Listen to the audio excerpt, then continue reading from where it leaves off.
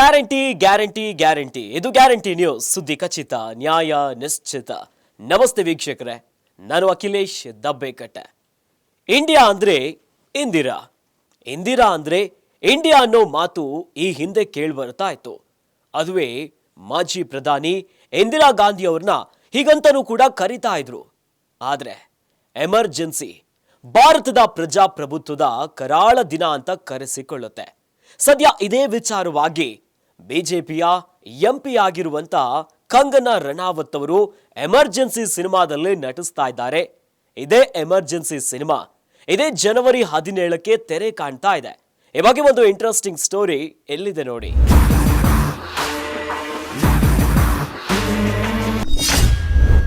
ಬೆಳ್ಳಿತೆರೆ ಬೆಳಗಲಿದೆ Indira emergency biopic. ಅಂದು ಜಯಲಲಿತಾ, ಎಂದು ಇಂದಿರಾ ಆದ Kangana. Emergency villain Indira, Indira villain Kangana. Untold history ಅಲ್ಲ, ಇಂದಿರಾ ಟೋಲ್ಡ್ ಹಿಸ್ಟರಿ. ಟ್ರೇಲರ್ನಲ್ಲಿ ಇರೋದು ಎಷ್ಟು ಸತ್ಯ ಎಷ್ಟು ಮಿಥ್ಯ ಗೊತ್ತಾ? 1975ರಿಂದ 1977ರವರೆಗೆ ಸುಮಾರು 21 ತಿಂಗಳ ಕಾಲ ಭಾರತದಲ್ಲಿ ತುರ್ತು ಪರಿಸ್ಥಿತಿ ನಿರ್ಮಾಣವಾಗಿತ್ತು. ಆಗ ದೇಶದಾದ್ಯಂತ ಎಮರ್ಜೆನ್ಸಿ ಡಿಕ್ಲೇರ್ ಮಾಡ್ತಾರೆ ಅಂದಿನ ಪ್ರಧಾನಿ ಇಂದಿರಾ ಗಾಂಧಿ ಅವರು. ಜಯಪ್ರಕಾಶ್ ನಾರಾಯಣ್ ನೇತೃತ್ವದಲ್ಲಿ ನಡೆದ ಹೋರಾಟದಲ್ಲಿ ಅಡ್ವಾಣಿ, ವಾಜಪೇಯಿ, ಇನ್ನು ಯುವ ಹೋರಾಟಗಾರ ನಮ್ಮ ಕನ್ನಡಿಗ ಯಡಿಯೂರಪ್ಪ ಸೇರಿದಂತೆ ಸುಮಾರು 1 ಲಕ್ಷಕ್ಕೂ ಅಧಿಕ ಮಂದಿ ಲೀಡರ್ಸ್ ಜೈಲು ಪಾಲಾಗ್ತಾರೆ. ಒಂದಷ್ಟು ಪತ್ರಕರ್ತರು ಕೂಡ ವಿನಾಕಾರಣ ಕಂಬಿಯನ್ನ ಎಣಿಸುವಂತಾಗತ್ತೆ. ಇನ್ನು ಪತ್ರಿಕೆಗಳು ಮುದ್ರಣಕ್ಕೆ ಹೋಗುವ ಮುನ್ನ ಇಂದಿರಾ ಗಾಂಧಿಯವರ ಅಪ್ರೂವಲ್ ಅನ್ನ ಪಡಿಬೇಕಾದ ಸ್ಥಿತಿ ಉದ್ಭವ ಆಗಿತ್ತು. ಇಂಡಿಯಾ ಅಂದ್ರೆ ಇಂದಿರಾ, ಇಂದಿರಾ ಅಂದ್ರೆ ಇಂಡಿಯಾ ಅನ್ನುವಂತಾಗಿತ್ತು. ಅಂದ ಹಾಗೆ ಇದೀಗ ಅದೇ ಎಮರ್ಜೆನ್ಸಿ ಕಾಲಘಟ್ಟದ ಕಥಾನಕ ಉಳ್ಳ ಇಂದಿರಾ ಗಾಂಧಿಯವರ ಬಯೋಪಿಕ್ ಎಮರ್ಜೆನ್ಸಿ ಅನ್ನೋ ಟೈಟಲ್ ನಲ್ಲಿ ಬೆಳ್ಳಿತೆರೆ ಬೆಳಗಲು ಸಜ್ಜಾಗಿದೆ. ಬಾಲಿವುಡ್ ನ ಕ್ವೀನ್, ಹಾಲಿ ಬಿಜೆಪಿ ಎಂಪಿ ಆಗಿರೋ ಕಂಗನಾ ರನಾವತ್ ಈ ಎಮರ್ಜೆನ್ಸಿ ಚಿತ್ರಕ್ಕೆ ಆಕ್ಷನ್ ಕಟ್ ಹೇಳಿ ನಿರ್ಮಾಣ ಮಾಡೋದ್ರ ಜೊತೆಗೆ ಇಂದಿರಾ ಗಾಂಧಿ ಪಾತ್ರಕ್ಕೆ ಜೀವವನ್ನ ಕೂಡ ತುಂಬಿದ್ದಾರೆ. ಜಯಪ್ರಕಾಶ್ ನಾರಾಯಣ್ ಪಾತ್ರದಲ್ಲಿ ಅನುಪಮ್ ಖೇರ್, ವಾಜಪೇಯಿ ಪಾತ್ರದಲ್ಲಿ ಶ್ರೇಯಸ್ ತಲ್ಪಾಡೆ, ಮೊರಾರ್ಜಿ ದೇಸಾಯಿ ಆಗಿ ಅಶೋಕ್ ಚಾಬ್ರಾ, ಇನ್ನು ಸಂಜಯ್ ಗಾಂಧಿ ಆಗಿ ವಿಶಾಖ್ ನಾಯರ್, ಜಗಜೀವನ್ ರಾಮ್ ಆಗಿ ಸತೀಶ್ ಕೌಶಿಕ್ ಬಣ್ಣ ಹಚ್ಚಿದ್ದಾರೆ. ಇಂಡಿಯಾದ ಐಕಾನಿಕ್ ಲೀಡರ್ ಅನಿಸಿಕೊಂಡ ಇಂದಿರಾ ಗಾಂಧಿ ಅಷ್ಟೇ ವಿವಾದಾತ್ಮಕ ಲೀಡರ್ ಅಂತನೂ ಖ್ಯಾತಿಯನ್ನ ಪಡೆದಿದ್ದಾರೆ. ಪ್ರಜಾಪ್ರಭುತ್ವವನ್ನ ಹತ್ತಿಕ್ಕುವ ಕೆಲಸ ಮಾಡಿದ್ರು ಅಂತ ಇಡೀ ದೇಶದಾದ್ಯಂತ ಆಕ್ರೋಶ ಕೂಡ ಭುಗಿಲೇಳುತ್ತೆ.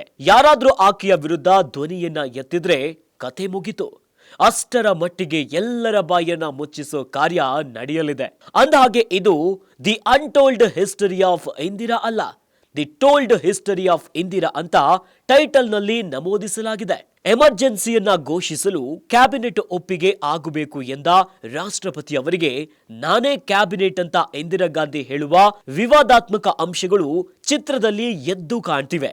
ಇಷ್ಟಕ್ಕೂ ಇಂದಿರಾ ತುರ್ತು ಪರಿಸ್ಥಿತಿ ಘೋಷಿಸೋಕೆ ಕಾರಣ ಏನ್ ಗೊತ್ತಾ? 1971ರ ಲೋಕಸಭಾ ಚುನಾವಣೆಯಲ್ಲಿ ರಾಜ್ ನಾರಾಯಣ್ ವಿರುದ್ಧ ಇಂದಿರಾ ಗಾಂಧಿ ರಾಯ್ ಬರೇಲಿಯಿಂದ ಕಂಟೆಸ್ಟ್ ಮಾಡ್ತಾರೆ. ಚುನಾವಣೆಯಲ್ಲಿ ರಾಜ್ ನಾರಾಯಣ್ ಸೋಲ್ತಾರೆ. ಆಗ ರಾಜ್ ನಾರಾಯಣ್ ಇಂದಿರಾ ಅವರು ಚುನಾವಣೆಯಲ್ಲಿ ಅಕ್ರಮವನ್ನ ಎಸಗಿ ಗೆದ್ದಿದ್ದಾರೆ ಅನ್ನೋದಾಗಿ ಅಲಹಾಬಾದ್ ಹೈಕೋರ್ಟ್ ಮೆಟ್ಟಿಲೇರ್ತಾರೆ. ಅಲಹಾಬಾದ್ ಹೈಕೋರ್ಟ್ ನಲ್ಲಿ ಸಾಕ್ಷ್ಯಾಧಾರಗಳು ಸಾಬೀತಾಗಿ ಇಂದಿರಾ ಗಾಂಧಿಯವರ ಆಯ್ಕೆ ಅಸಿಂಧು ಅನ್ನೋದಾಗಿ ತೀರ್ಪು ಕೂಡ ಪ್ರಕಟವಾಗತ್ತೆ. ಆಗ ಅದರಿಂದ ತಪ್ಪಿಸಿಕೊಳ್ಳಲು ಬೇರೆ ದಾರಿ ಕಾಣದ ಇಂದಿರಾ ಎಮರ್ಜೆನ್ಸಿಯನ್ನ ಡಿಕ್ಲೇರ್ ಮಾಡ್ತಾರೆ. ಅಂದಹಾಗೆ ಈ ಎಮರ್ಜೆನ್ಸಿ ಸಿನಿಮಾ ಇದೇ ಜನವರಿ 17ಕ್ಕೆ ತೆರೆಗೆ ಬರ್ತಿದ್ದು ಆ ಐತಿಹಾಸಿಕ ಘಟನೆಗಳಲ್ಲಿ ಸಿನಿಮಾ ರೂಪವನ್ನ ಪಡೆದ ಅಂಶಗಳು ಎಷ್ಟು ಸತ್ಯ ಎಷ್ಟು ಮಿಥ್ಯ ಅನ್ನೋದು ಬಹಿರಂಗವಾಗಲಿದೆ. ಇದು ಬಿಜೆಪಿಗೆ ಪ್ಲಸ್ ಆಗತ್ತಾ ಅಥವಾ ಕಂಗನಾಗೆ ಮೈನಸ್ ಆಗತ್ತಾ? ಕಾದು ನೋಡಬೇಕು. ನೋಡಿದ್ರಲ್ಲ ವೀಕ್ಷಕರೇ, ಎಮರ್ಜೆನ್ಸಿ ಸಿನಿಮಾ ತೆರೆ ಮೇಲೆ ಬರಲಿಕ್ಕೆ ಜನವರಿ 17ಕ್ಕೆ ಭರ್ಜರಿಯಾಗಿ ರೆಡಿ ಆಗಿದೆ. ಇನ್ನು ಕಂಗನಾ ಅವರಿಗೆ ಈ ಸಿನಿಮಾ ಪ್ಲಸ್ ಆಗತ್ತಾ ಮೈನಸ್ ಆಗತ್ತಾ? ಕಾದು ನೋಡಬೇಕು. ಇನ್ನಷ್ಟು ಸುದ್ದಿಗಳಿಗಾಗಿ ನೋಡ್ತಾ ಇರಿ ಗ್ಯಾರಂಟಿ ನ್ಯೂಸ್. ಗ್ಯಾರಂಟಿ ನ್ಯೂಸ್, ಸುದ್ದಿ ಖಚಿತ, ನ್ಯಾಯ ನಿಶ್ಚಿತ.